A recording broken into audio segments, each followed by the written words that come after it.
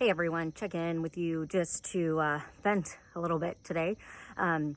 As I said in my blog, I just posted yesterday about this. Things have been really hectic. There's a lot going on with homeschool. There's a lot going on with our house. And have been so busy. So we had fast food for lunch one day last week, and that just completely threw me off on my calories. Yesterday we did it again. I was really busy. My husband brought home Raisin Canes. I don't know if you guys know what that is, but it's kind of like Zaxby's. For those of you who live further south, you know what Zaxby's is. But I haven't had fries in so long, and my thought process was I'm just gonna eat a kid's meal. So I had 3 little chicken strips, a tiny bit of fries, and of course, who can resist the wonderful sauce that comes with it, their own little mix that is just amazingly perfect. So I only had a little bit. I was thinking no big deal. I didn't have breakfast that morning except for a cup of coffee. I had a salad for lunch. No stress on that. So I ate. I was satisfied emotionally.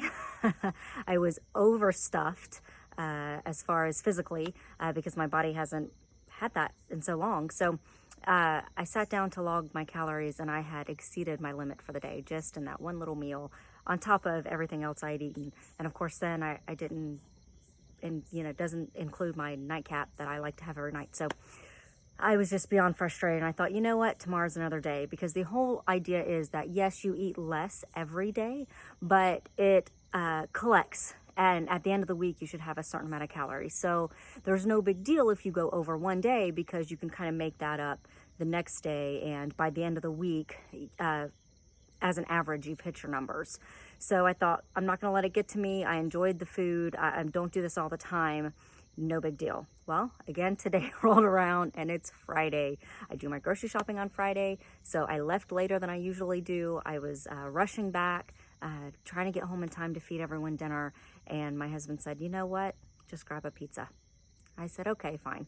So I grabbed pizza, I brought it home, and I got a thin crust for myself because, again, cutting anywhere I can, working within my limits, and as far as what's convenient and what's going to hit me with my diet. So I had 2 little pieces of thin crust pizza, and of course I logged it, and it's way more than what I should have. So that's 3 days and 2 weeks, or really only a week's span time, 1 last week and 2 this week, that I've went over on my calories. So I'm not happy. I'm very frustrated.